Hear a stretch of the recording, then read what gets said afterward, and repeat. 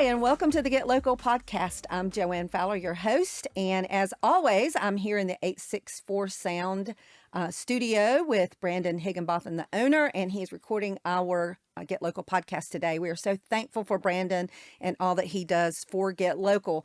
Hey, we are excited to bring you another local hidden gem right here from the upstate in Greenville, South Carolina.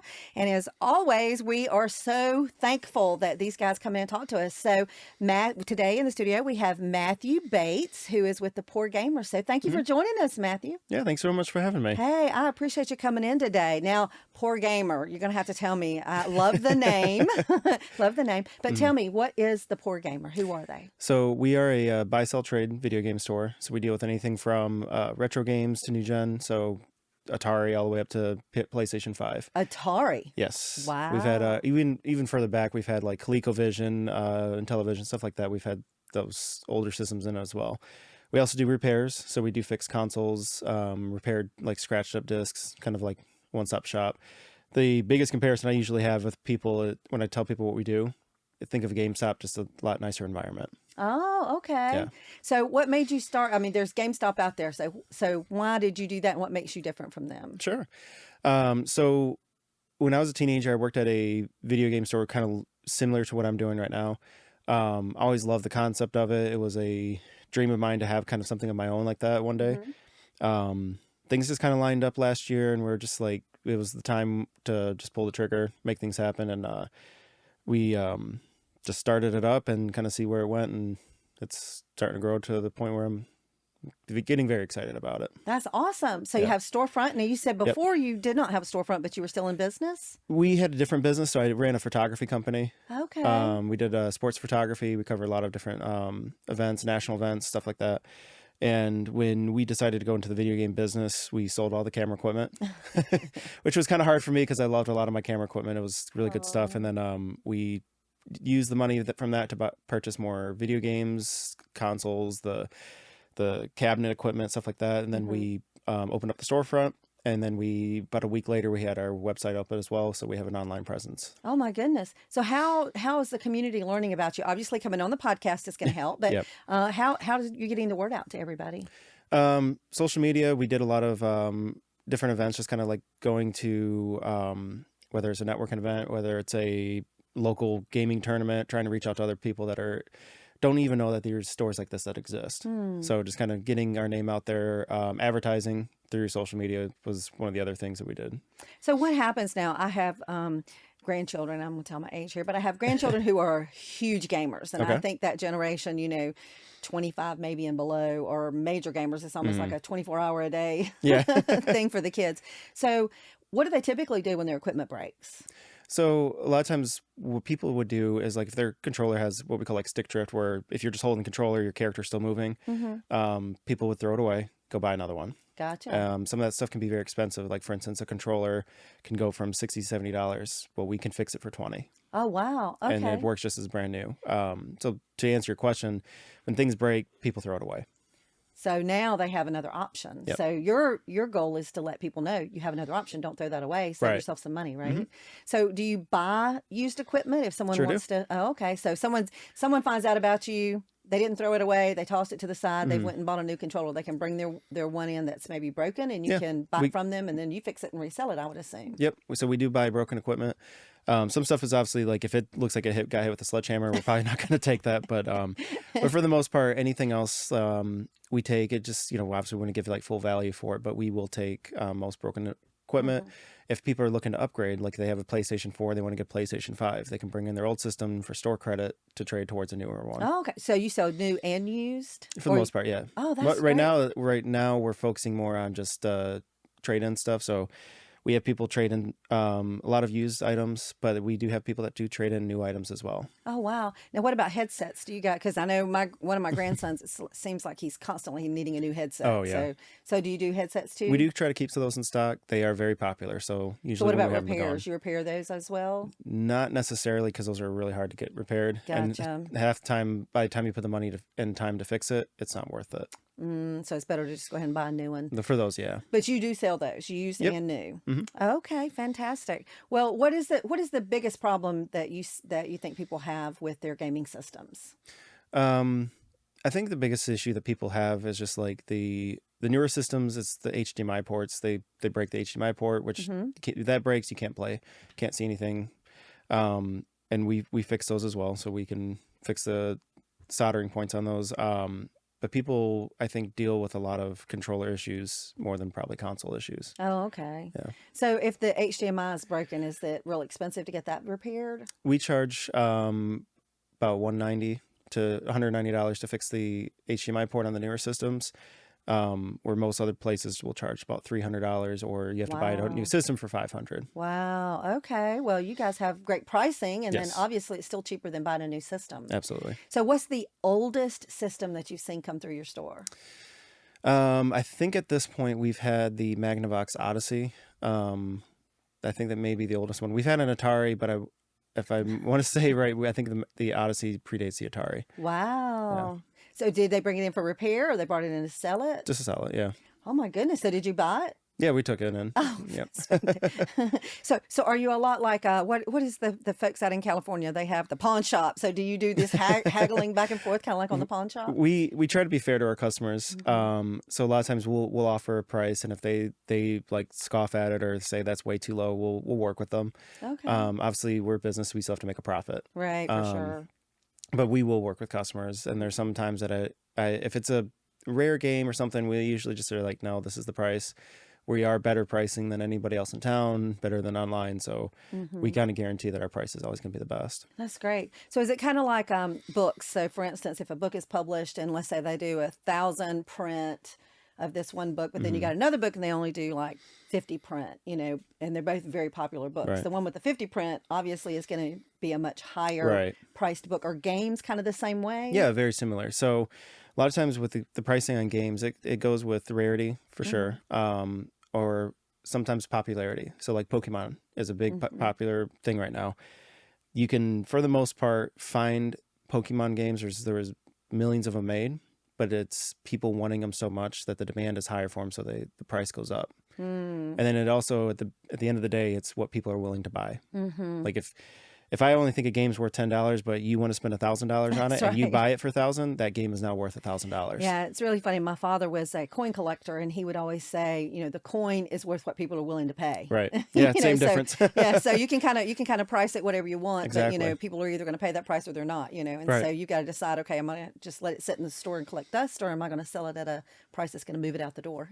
With that, and still make a profit as a business, like you said. I think that's important. So, what about handheld games? I know that's very popular with the younger generation. Do you have a lot of those that come into the store for repair? Yeah.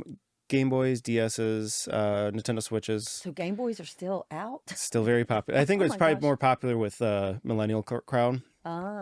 So like the ones that came out in the 90s and 80s, a lot of like my age range, they'll come in and they'll want to buy those. It's nostalgia. That's kind of what we sell, is nostalgia in a sense, and that's what people are coming in to repurchase. Sometimes people bring them in to have us modify them, so put like a better screen on it, different type of battery, and just to basically play the game system they remember playing, but just like better hardware. So what kind of square footage do you have in your building? So we are in a 1,200 square foot building right now. So it's just 1,200. Okay. Yeah. And it's just enough for where we can have like our games in there. We have a repair center, trade center. Obviously, as we grow, we want to expand that out and do more. Now, I have seen in several of the stores I have been into, because I don't go in them myself to buy games, but I do go in there to get things for my grandchildren. Sure. So when I go into those stores, I've seen some of them who actually have live game where they're having game contests going on. Do you guys do that in your store? Not during store hours, but we have hosted game tournaments in our store before. We either will host them, we'll sponsor them. But we do have like places where people can actually play games. So we have like an original Xbox kiosk in there that we have different games playing. So you can come in there and just play a video game if you want. But yeah. So you have some tournaments sometimes. Is that very popular? It's very popular right now. Is it Yeah. really? Okay. So where would they go typically to have those type of contests if they don't go into a game store? There's a few places in town that that do host it. I don't know. I've never used their services, so I can't speak to them. But there's a few places that do it. But it's kind of one of those like you have to know the person to like get into it because like otherwise you'll never find it. Yeah. So what's the age of your average customer, would you say, is coming through the store?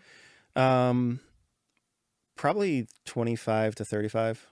That's kind of 25 to 35. Okay. yeah. That's kind of our like main age group. Do you have a lot of parents coming in and buying things for the kids? Yeah. Yeah.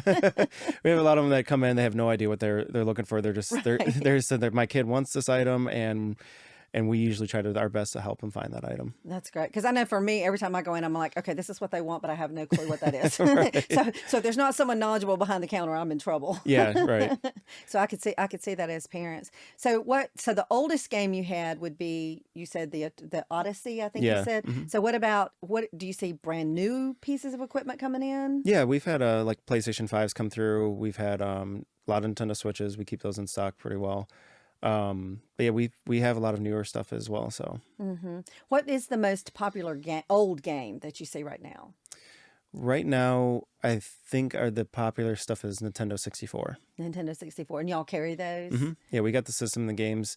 We have a hard time keeping the games in stock because a lot of times when they come in, it's faster coming in, they're coming out. Yeah, it's so funny how, everything kind of is cyclical. It goes back around, something that was Right. popular 10 years ago is becoming popular again today. And, I've seen a lot where you can actually order these little handheld games or whatever that plays the old Atari games, Yeah. with the ping pongs. And so I remember my kids playing those when that was popular. So that's kind of funny that it's kind of circling back around. Yep. Is that equipment that comes through usually in good shape or no? Yes and no. Yes We and have no. some that come in great shape, look like they've barely even been touched. We've had original Nintendos come in the box with all the paperwork and everything that looks like somebody just bought it.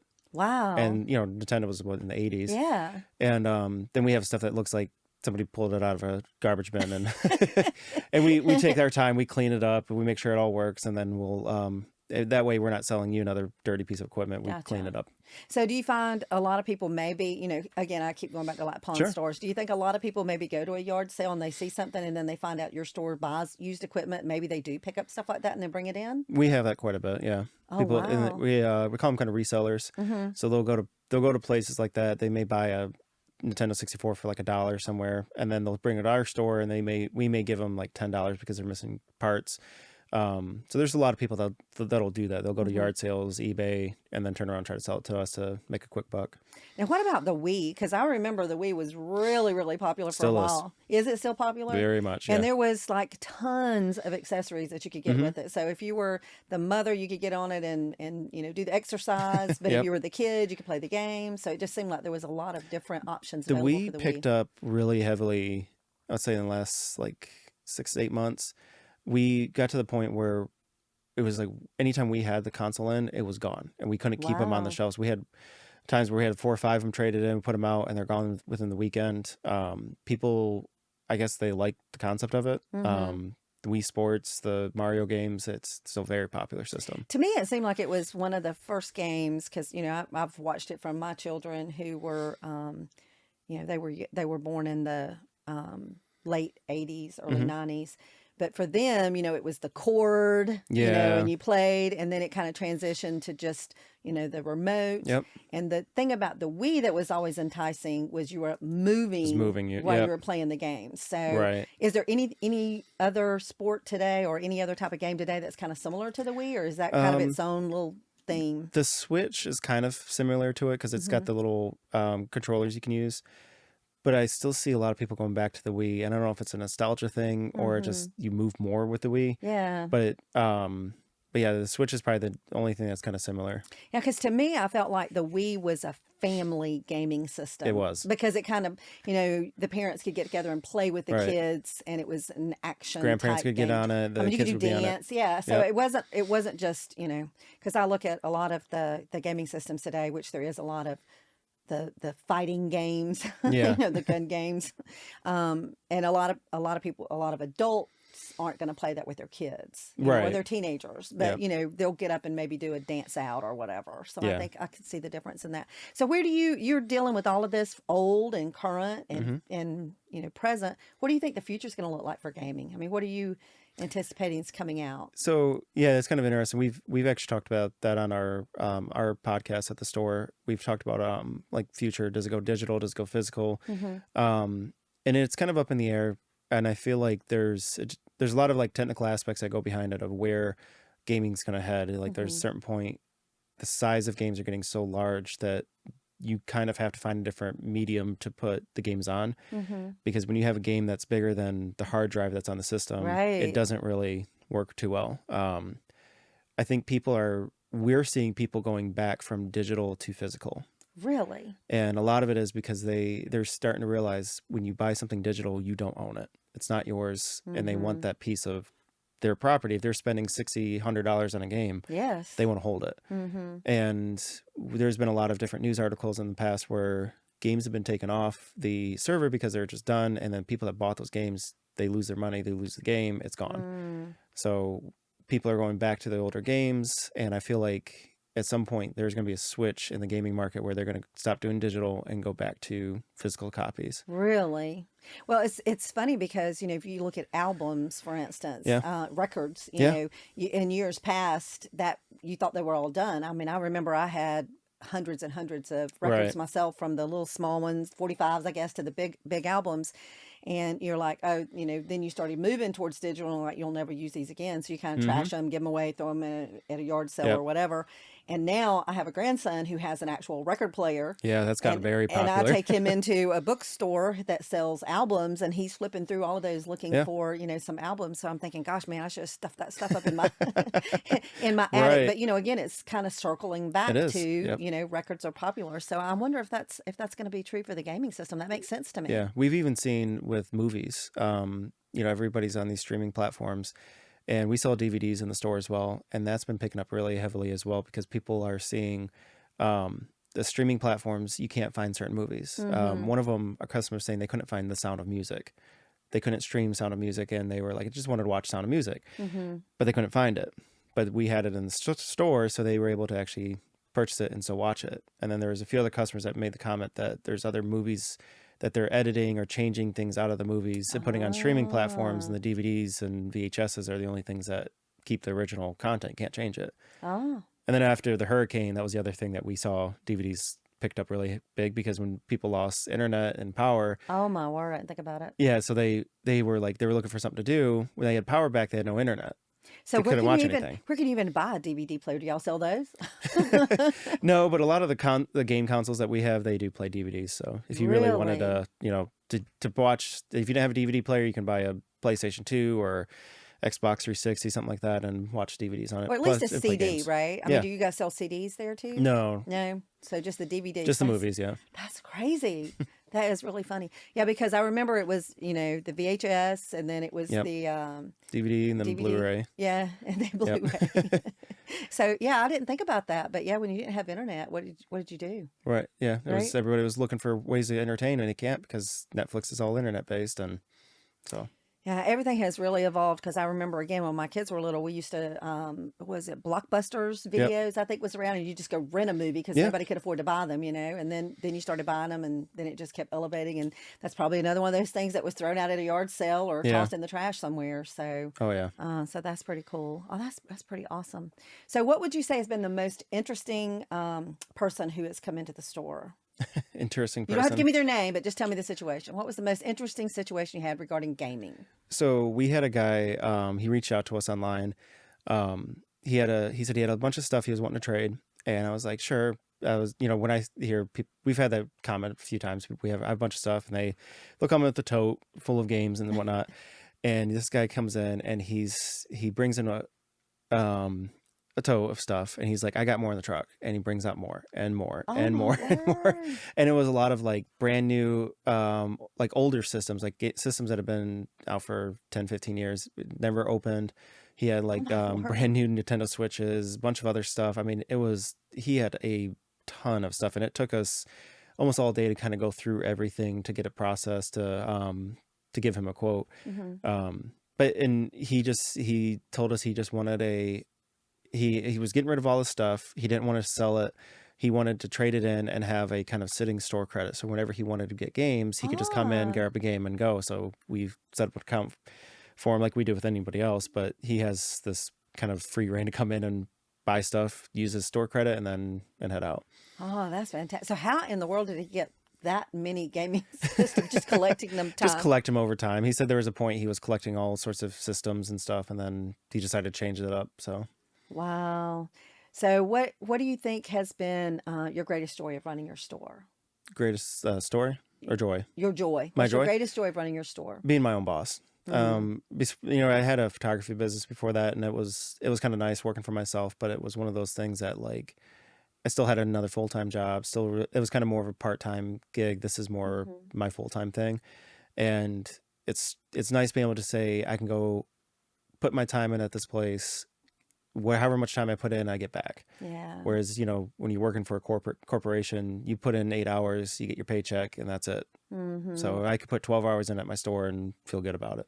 That's wonderful. Well, I know y'all have only been open for a year, but do you have plans or aspirations of doing something bigger or better with the store? Oh, always. Yeah, we're always trying to find new ways to improve customers' experiences, find more efficient ways to do repairs. Eventually we'd love the idea of expanding out to new locations, offering different services. Always looking to do more. So who would you say, and you don't have to say their name per se, but do you have a lot of competition, or are you kind of one of the very few that do what you do?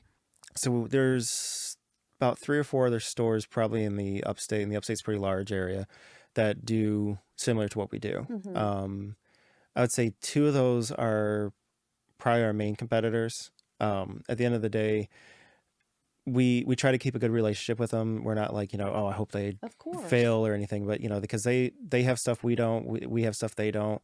They're far enough away from us that like it's not we're not really stealing anybody's customers. Right. I offer repair services. One of our competitors doesn't. So, but we do have competitors. They just may not market as well. So they kind of don't. A lot of people that come to our store don't even know they exist. Wow. Yeah, because I'm telling you, I didn't know that y'all did repairs. Well, tell me, if you were to give me a percentage, because you're in the gaming field, what would you say is the percentage of people who actually have a gaming system or play a gaming system? Pretty high. I'd say most people at least have some type of gaming system. I'd be surprised that there's anybody that doesn't really have anything. It's probably like 80-90% maybe. So from what age to what age would you say is probably doing? I know what you told me your average customer is, right. But what age group do you think is usually gaming? I feel like anywhere from like that 12-year-old range to like probably that 35 is the major gamers. Maybe even a little bit younger, maybe like 12 to 25, because that's when people have the time. As you know, as you get older, time kind of disappears a little bit faster. So then we have full-time jobs, right? Yeah, Maybe 2. And our older clients, the ones that are 30 plus, they're the ones that they're buying the nostalgia. They're getting the games that they want to play. But at the end of the day, I think everybody's still doing something to play video games. Yeah. Do you think are there educational games too, or is it just mostly like Calgon Take Me Away kind of games? There's still some educational games out there. They may not be as popular as the shoot 'em ups, but there's some educational ones. There's stuff that helps a lot of kids kind of just like focus. Minecraft is a very popular game, but I've noticed it with my boys. They use it a lot to build things, just kind of helps them focus a little bit, if that makes any sense. It's not something I let them play 8 hours a day, but it does get them like learning how to build things, how to design things. If I do this, what does this do? And it's still fun for them at the same time. So what about gaming on your phone? Do you think that's taking away from the gaming systems, or are they just 2 totally different types of games? I'd say 2 totally different. They don't, everybody plays games on their phone, but they're meant for like short term. Hey, I'm bored, let me play something. Whereas a game on a console is going to be, I want to sit here and enjoy a game for a while. I love to watch people play. I'm not very good at them, I must admit. Hand-eye coordination must not be really good. I think the younger people are really good at it, more so than I am. But, well, I always have one final question for you. And it's just kind of a fun question. It doesn't have anything to do with your business. But the question I have for you is simply this. If you could have any superpower in the world, what would it be and why? That's an interesting one. I'd say if I time control. Time control. Yeah. Tell me why. So I have more time during the day. Don't we all want and need more Yes, time? that's literally what I would need, is just be able to stop time for a little bit, get a few things done, and just, that'd be the best part. Yeah. Well, Matthew, I found today's conversation very interesting. Thank Yeah. you for sharing so much about your company with Thanks for us. having I me. hope our viewers will come do business with you. Now, what we need to do is let them know how. So how can they reach you? They got a gaming system at home that's broken, or they need to buy a new one or trade it in, or just come check out what you got. How do they reach you? So best way to reach us is our website, thepoorgamer.com. We have all of our information on there, all of our inventories on there. You can also, if you're looking to get an idea of what your trade's worth, you can send it to us. We'll respond back with a quote. Our information for the stores on there. The website also has our podcast information, the emails, everything you would need. That's great. Okay. And what about if somebody's out of town? Can they ship? Can they Sure still? can. Oh, Yeah, fantastic. we've taken shipments, trade-in shipments before. So somebody out of North Carolina was wanting to trade their stuff in. They sent us an email. We coordinated with them. They sent it to us. We told them what the store credit value was after we received it, and then they can pick something out of the store and we send it back to Oh, that's great. And your address? 1831 Wade Hampton. 1831 Wade Hampton. Well, y'all have heard it all here today. Thank y'all so much for watching and listening to the Get Local podcast, where we bring you all those local hidden gems from your upstate area. And we are always excited and thankful that we're able to host these podcasts here at 864 Sound. And we are here in Greenville, close to Bob Jones University. Brandon's actual address is 25 Sweetbriar Road, Suite 89. I said the wrong number at our last podcast. Greenville 29615. Listen, you guys need to come check out Brandon. Definitely go check out The Poor Gamer. Thank you again for coming in. And look, if y'all know of any other local small businesses that you think would be great to be featured on the Get Local podcast, please have them reach out to us. You can follow us on all of the podcast platforms. You can watch us on YouTube. And of course, look for us on Get Local Facebook.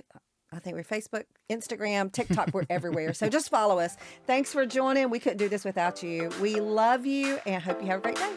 Bye.